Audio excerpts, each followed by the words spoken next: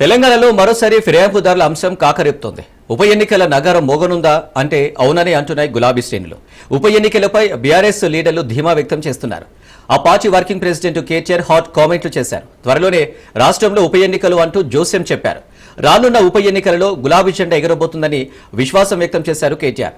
రంగారెడ్డి జిల్లా నేతలతో ఆయన సమావేశమయ్యారు. త్వరలోనే రాజేంద్రనగర్, చేవలకి ఉప ఎన్నికలు వస్తాయన్నారు కేటీఆర్. అలాగే రాజేంద్రనగర్ బైపోల్లో కార్తీక్ రెడ్డి గెలుస్తారని ఆయన ధీమా వ్యక్తం చేశారు. దీంతో బైపోల్పై మరోసారి తెలంగాణ భవన్లో చర్చ మొదలైంది.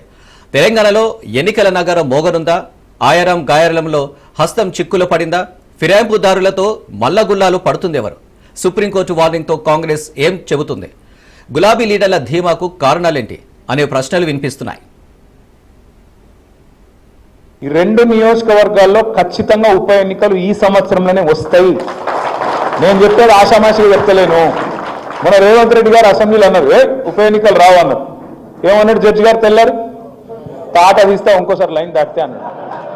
ఊకుంటారా మరి? సుప్రీంకోర్టు ఇష్టం వచ్చినట్టు మాట్లాడితే నిలుగుడు అంటే మన మీద ఒర్రొచ్చు, రోజు సవితక్క మీద ఒర్రొచ్చు, నా మీద ఒర్రొచ్చు అసెంబ్లీలో. సుప్రీంకోర్టు మీద కూడా ఉడతామంటే ఇట్లా అల్లుకోరు కదా. అందుకే నేను చెప్పేది, రాజేంద్ర నగర్ వాళ్ళు, చేవెళ్ళు మీరు పట్టుబట్టాలి. దయచేసి ఏ ఊరు కా ఊరు ప్లాన్ చేసుకోండి, మైక్రో ప్లానింగ్ చేసుకోండి, ఇన్ఛార్జీలు కరెక్ట్గా. రైట్గా తెలంగాణలో బీఆర్ఎస్ రాజకీయం ఎలా ఉండబోతుందనే అంశంపై సంబంధించి డీటెయిల్స్ సైదులు అందిస్తారు. సైదులు చూస్తున్నాం, త్వరలో ఉప ఎన్నికలు ఉండబోతున్నట్టు కూడా కేటీఆర్ హాట్ కామెంట్ చేస్తున్నారు. ఏంటి డీటెయిల్స్?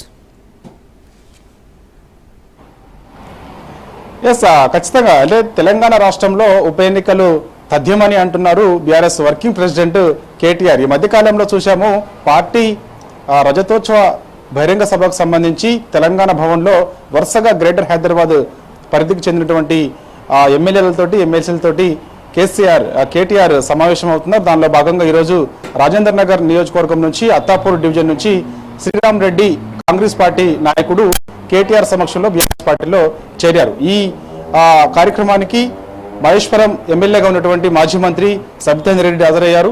ఇక రాజేంద్ర నగర్ ఇన్ఛార్జిగా ఉన్నటువంటి పటోళ్ల కార్తీక్ రెడ్డి ఈ సమావేశానికి హాజరయ్యారు. అయితే ఖచ్చితంగా తెలంగాణ రాష్ట్రంలో, ముఖ్యంగా గ్రేటర్ హైదరాబాద్ పరిధిలో ఉప ఎన్నికలు ఖచ్చితంగా రానున్నాయని చెప్పేసి ఆయన చెప్తూ వస్తున్నారు. దానిలో భాగంగా అందరూ కూడా హుషారుగా ఉండాలి, శ్రేణులందరూ కూడా చాలా యాక్టివ్గా ఉండాలని కేటీఆర్ సంకేతాలు ఇచ్చారు. అయితే రాజేంద్ర నగర్ నియోజకవర్గం నుంచి గతంలో ఇటు అక్కడ రాజేంద్ర నగర్ నుంచి చూస్తే మాత్రం ప్రకాష్ గౌడ్ బీఆర్ఎస్ పార్టీ ఎమ్మెల్యేగా గెలిచారు. ఆయన అధికార కాంగ్రెస్ గూటికి వెళ్ళారు. సో ఇక అక్కడ ఎవరు ఇన్ఛార్జిగా ఉంటారు, ఉప ఎన్నిక వస్తే ఎవరు పోటీ చేస్తారని రాష్ట్ర వ్యాప్తంగా కొంత ఆసక్తి నెలకొండే. కానీ రాజేంద్ర నగర్ నియోజకవర్గ ఇన్ఛార్జిగా పటోళ్ల కార్తీక్ రెడ్డి, అంటే పటోళ్ల సబితా ఇంద్రారెడ్డి కుమారుడు కార్తీక్ రెడ్డి ఇన్ఛార్జిగా అక్కడ కేటీఆర్ ప్రకటించారు. గత కొన్ని రోజులుగా ఆయన రాజేంద్ర నగర్ నియోజకవర్గంలో చాలా యాక్టివ్గా పనిచేస్తున్నారు. పార్టీ కార్యక్రమాలు కూడా విస్తృతంగా పాల్గొంటున్నారు. దానిలో భాగంగా ఈరోజు రాజేంద్ర నగర్ నియోజకవర్గం అత్తాపూర్ డివిజన్ నుంచి కాంగ్రెస్ పార్టీ నాయకుడు శ్రీరామ్ రెడ్డి కేటీఆర్ సమక్షంలో బీఆర్ఎస్ పార్టీలో చేరారు. సో ఇక ఖచ్చితంగా రాజేంద్ర నగర్ ఉప ఎన్నిక తథ్యం కాబట్టి ఉప ఎన్నిక ఎప్పుడు వచ్చినా తుఫాన్లా బీఆర్ఎస్ పార్టీ గెలుస్తుంది. ఖచ్చితంగా ఇటు పటోళ్ల కార్తీక్ రెడ్డి త్వరలోనే ఎమ్మెల్యే కాబోతున్నారు. మీరెవరు కూడా నిరుత్సాహపడాల్సిన అవసరం లేదు, అందరూ కూడా చాలా యాక్టివ్గా ఉండండి అని కేటీఆర్ సంకేతాలు ఇచ్చారు. సో గ్రేటర్ హైదరాబాద్ పరిధిలో చూస్తే మాత్రం మొత్తం 4 నియోజకవర్గాలకు చెందినటువంటి బీఆర్ఎస్ పార్టీ ఎమ్మెల్యేలు అధికార కాంగ్రెస్ గూటికి వెళ్లారు. ఖైరతాబాద్ నుంచి దానం నాగేందర్ కాంగ్రెస్ గూటికి వెళ్లారు. పటాన్ చెరువు నుంచి గూడెం మైపాల్ రెడ్డి అధికార కాంగ్రెస్ పార్టీకి వెళ్లారు. రాజేంద్ర నగర్ నుంచి ప్రకాష్ గౌడ్ కాంగ్రెస్ గూటికి వెళ్లారు. చేవెళ్ల నుంచి కాలే యాదయ్య కాంగ్రెస్ పార్టీలోకి చేరారు. సో ఖచ్చితంగా గ్రేటర్ హైదరాబాద్ పరిధిలో ఔటర్ రింగ్ రోడ్ అవతల కూడా బీఆర్ఎస్ పార్టీ చాలా బలంగా ఉంది. ఇప్పటికీ అంతే యాక్టివ్గా ఉన్నారు. కాబట్టి ఉప ఎన్నికలు ఎప్పుడు వచ్చినా కూడా వాటిని తట్టుకొని నిలబడగలిగే పార్టీ, ఏకైక పార్టీ బీఆర్ఎస్ పార్టీ మాత్రమే. ఆల్రెడీ ఇక్కడ మనకి ఇక్కడ ప్రజల స్పందన ఎక్కువగా ఉంది. బీఆర్ఎస్ పార్టీ తిరిగి మళ్ళీ అధికారంలోకి ఎప్పుడు రావాలని రాష్ట్ర ప్రజలు కోరుకుంటున్నారు. ఖచ్చితంగా గ్రేటర్ హైదరాబాద్ పరిధిలో కూడా బీఆర్ఎస్ పార్టీ చాలా యాక్టివ్గా ఉంటుంది. శ్రేణులు కూడా అలానే ఉన్నారు. కాబట్టి ఎప్పుడు ఎన్నికలు వచ్చినా ఖచ్చితంగా గెలుస్తున్నామని చెప్పేసి చెప్తున్నారు. అయితే వాస్తవంగా సుప్రీంకోర్టులో ఈ కేసు నడుస్తూ ఉంది. ఇప్పటికే అనేక సార్లు విచారణ జరిగింది.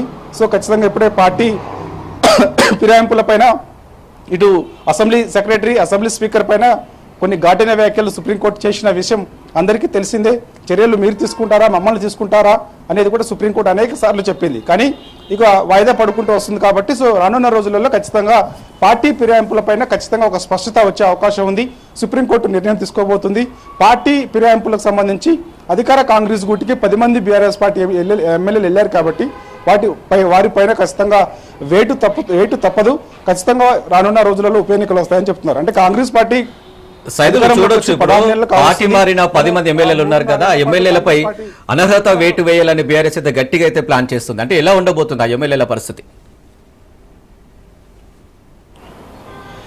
తర్జన భర్జనగా ఉందని చెప్పవచ్చు. పార్టీ మారిన ఎమ్మెల్యేల పరిస్థితి ప్రశ్నార్థకంగా మారిందని చెప్పవచ్చు. ఒకవైపు ఎప్పుడు సుప్రీంకోర్టు వెయిట్ చేస్తుందో తెలియదు, లేకపోతే ఇక్కడ అసెంబ్లీ సెక్రటరీ లేదా అసెంబ్లీ స్పీకర్ ఎప్పుడు చర్యలు తీసుకుంటారో తెలియదు. కాబట్టి సో పార్టీ మారిన ఎమ్మెల్యేల భవిష్యత్తు మాత్రం ప్రశ్నార్థకంగా మారే అవకాశం ఉంది. ఒకవైపు కాంగ్రెస్ పార్టీలో ఇప్పటికే కొత్త పాత నాయకుల గొడవలు ఎక్కువగా అవుతున్నాయి. మరోవైపు ఇప్పుడు బీఆర్ఎస్ పార్టీ చెందినటువంటి ఎమ్మెల్యేలు అధికార కాంగ్రెస్ గూటికి వెళ్ళడం వల్ల ఆయా నియోజకవర్గాల్లో ఒకవేళ ఈ పార్టీ మారిన ఎమ్మెల్యేలపైన వేటు పడితే ఉప ఎన్నికలు త్వరలోనే వస్తే మాత్రం వారి భవిష్యత్తు ఏంటనేది కూడా ప్రశ్నార్థకంగా మారే అవకాశం కనిపిస్తుంది. తిరిగి సొంత గూటికి వచ్చేందుకు కొంతమంది ఆసక్తి చూపిస్తున్నప్పటికీ కూడా ఎట్టి పరిస్థితుల్లో కూడా పార్టీలో చేర్చుకుని ప్రసక్తి లేదని ఒకవైపు కేసీఆర్ చెప్తూ వస్తున్నారు, కేటీఆర్ చెప్తూ వస్తున్నారు. కాబట్టి సో ఇక వారు ఉప ఎన్నికలు వస్తే మాత్రం తిరిగి మరి వారికే కాంగ్రెస్ పార్టీ టికెట్ ఇస్తుందో ఏదో తెలియనటువంటి పరిస్థితి. ఎందుకంటే గతంలో వారిపైన కాంగ్రెస్ పార్టీ చెందినటువంటి నాయకులు పోటీ చేసి ఓడిపోయారు. కాబట్టి వారే మరి మరొకసారి మాకే టికెట్ ఇవ్వాలని ముందుకు వచ్చే అవకాశం ఉంటుంది. వారికే టికెట్ ఇవ్వాల్సి వస్తుంది. ఎందుకంటే ఆల్రెడీ గతంలో మొదటి నుంచి కూడా కాంగ్రెస్ పార్టీలో ఉన్న వాళ్ళకి టికెట్స్ ఇవ్వాలని ప్రధానంగా డిమాండ్ చేస్తూ వాళ్ళు వచ్చే అవకాశం కనిపిస్తుంది. కానీ మరి వీరు ఒకవేళ ఉప ఎన్నికలు వస్తే మాత్రం వీరి పరిస్థితి ఏంది అంటే కాంగ్రెస్ పార్టీ టికెట్ ఇవ్వదు, మరోవైపు సొంత ఊటికి వచ్చేందుకు అంటే బీఆర్ఎస్ పార్టీలోకి వచ్చేందుకు ఆసక్తి చూపిస్తున్నప్పటికీ కూడా ఎట్టి పరిస్థితుల్లో కూడా కేసీఆర్ కానీ కేటీఆర్ కానీ పార్టీలో చేర్చుకోరని చెప్పేసి కూడా చెప్తున్నారు. కాబట్టి సో ఖచ్చితంగా మాత్రం వారు రాజకీయ భవిష్యత్తు ప్రశ్నార్థకంగా మారే అవకాశం అయితే కనిపిస్తుంది. సో ఏదేమైనా సరే ఖచ్చితంగా తెలంగాణ రాష్ట్రంలో ఉప ఎన్నికలు తథ్యమని చెప్పేసి అంటున్నారు కేటీఆర్.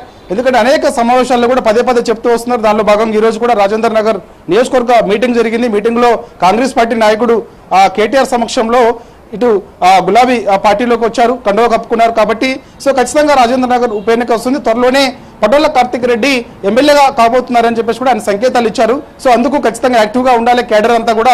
సో ఇక ఏప్రిల్ 27వ తారీఖు రోజు మనది పార్టీ ఆవిర్భవించి 25 ఏళ్లు కావస్తున్న నేపథ్యంలో ఆ రోజు వరంగల్ జిల్లా వేదికగా ఎలకతుర్తిలో పార్టీ రజతోత్సవ బహిరంగ సభ నిర్వహిస్తున్నాము. ఈ బహిరంగ సభకు పెద్ద ఎత్తున తరలి రావాలి. గ్రేటర్ హైదరాబాద్ నుంచి రంగారెడ్డి జిల్లాల నుంచి ఖచ్చితంగా పెద్ద ఎత్తున ఈ సభకు తరలి రావాలి, సభ సక్సెస్ చేయాలని కేటీఆర్ చెప్పారు. కాబట్టి సో ఉప ఎన్నికల విషయం ఉన్నటి వరకు ఇప్పట్లో ఉప ఎన్నికలు రావు అని ఒకవైపు ముఖ్యమంత్రి రేవంత్ రెడ్డి అసెంబ్లీ సాక్షిగా చెప్పారు.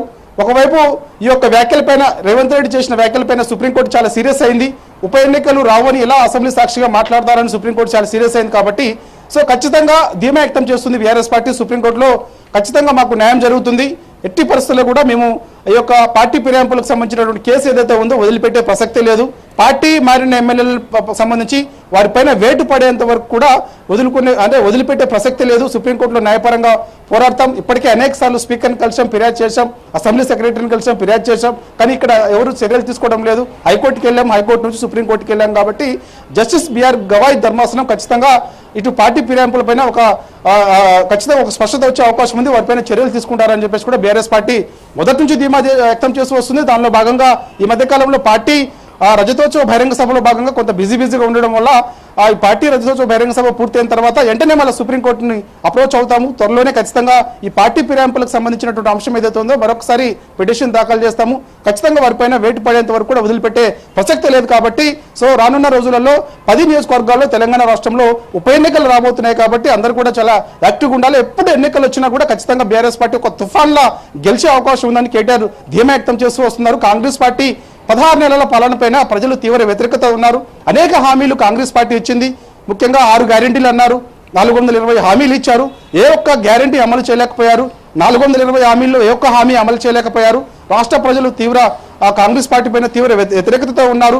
కాబట్టి ఖచ్చితంగా రానున్న రోజులలో బీఆర్ఎస్ పార్టీని ఆదరించేందుకు, బీఆర్ఎస్ పార్టీని తిరిగి అధికారంలో తెచ్చేందుకు ప్రజలందరూ కూడా ఒక ముక్త కంఠంతో అందరూ కూడా గెలిపించేందుకు సిద్ధంగా ఉన్నారంటున్నారు. దానిలో భాగంగా ఎప్పుడు ముందస్తుగా ఉప ఎన్నికలు వచ్చినా కూడా ఖచ్చితంగా బీఆర్ఎస్ పార్టీ గెలుపు తథ్యం అని చెప్పేసి కూడా కేటీఆర్ చెప్తున్నారు. దానిలో భాగంగా మొదటిసారి అంటే 10 నియోజకవర్గాల్లో బీఆర్ఎస్ పార్టీ ఎమ్మెల్యేలు అధికార కాంగ్రెస్ గూటికి వెళ్ళినప్పటికీ కూడా ఉప ఎన్నికలు వస్తే ఎవరు అభ్యర్థి అనేది కొంత స్పష్టత లేకుండా ఉండే. కానీ ఇప్పుడు మొదటిసారి రాజేంద్ర నగర్ నియోజకవర్గం నుంచి బీఆర్ఎస్ పార్టీ ఇన్ఛార్జి ప్లస్ ఒకవేళ ఎన్నిక వస్తే మాత్రం అక్కడ ఎమ్మెల్యేగా అభ్యర్థి పటోళ్ల కార్తిక్ రెడ్డి ఉండబోతున్నారు. ఎప్పుడు ఎన్నిక వచ్చినా కూడా గెలవబోతున్నాడు అనేది కూడా ఒక స్పష్టత ఇచ్చారు కేటీఆర్. ఇక మిగిలిన 9 నియోజకవర్గాలకు సంబంధించి ఇక ఉప ఎన్నికలు వచ్చినా కూడా అక్కడ అభ్యర్థి ఎవరు అనేది కూడా త్వరలో క్లారిటీ వచ్చే అవకాశం ఉంది. ఎందుకంటే పార్టీ నిర్మాణం పైన బీఆర్ఎస్ పార్టీ ప్రత్యేక దృష్టి సారిస్తుంది. పార్టీ రజతోత్సవ బహిరంగ సభ పూర్తయిన తర్వాత టోటల్గా పార్టీ పైన ఫోకస్ చేస్తుంది కాబట్టి సో ఇక రానున్న రోజులలో మిగిలిన 9 నియోజకవర్గాలు అంటే పార్టీ మారిన ఎమ్మెల్యేల నియోజకవర్గాలు ఎవరైతే ఉన్నారో ఆ నియోజకవర్గాల్లో ఖచ్చితంగా అభ్యర్థులు ఎవరనేది కూడా ఒక స్పష్టత ముందే ఇచ్చే అవకాశం ఉంది. ఎందుకంటే దాని తర్వాత వారు కూడా ఆ నియోజకవర్గాల్లో పర్యటించాల్సి ఉంటుంది, ఆ సమస్యలపైన పోరాటాలు నిర్వహించాల్సి ఉంటుంది. కాబట్టి సో అందుకు మొదటి నియోజకవర్గం సంకేతం ఇచ్చినటువంటి నియోజకవర్గం ఉప ఎన్నిక వస్తే ఖచ్చితంగా అభ్యర్థి ఎవరనేది ఒక స్పష్టత ఇచ్చిన నియోజకవర్గం రాజేంద్ర నగర్ నియోజకవర్గం. అందులో బీఆర్ఎస్ పార్టీ అభ్యర్థిగా ఇన్ఛార్జిగా ఉన్నటువంటి పటోళ్ల కార్తిక్ రెడ్డి పోటీ చేస్తారు. ఎన్నిక ఎప్పుడు ఇచ్చినా కూడా ఆయన గెలవబోతున్నారు అనేది కూడా ఈరోజు రాజేంద్ర నగర్ చెందినటువంటి కాంగ్రెస్ పార్టీ నాయకుడు అత్తాపూర్ డివిజన్ నాయకుడు శ్రీరామ్ రెడ్డి అధికార కాంగ్రెస్ పార్టీ నుంచి బీఆర్ఎస్ పార్టీలోకి వచ్చిన తర్వాత కేటీఆర్ సమక్షంలో జాయిన్ అయిన తర్వాత కేటీఆర్ ఈ వ్యాఖ్యలు చేశారు. రైట్ సేదులు, థ్యాంక్ యూ.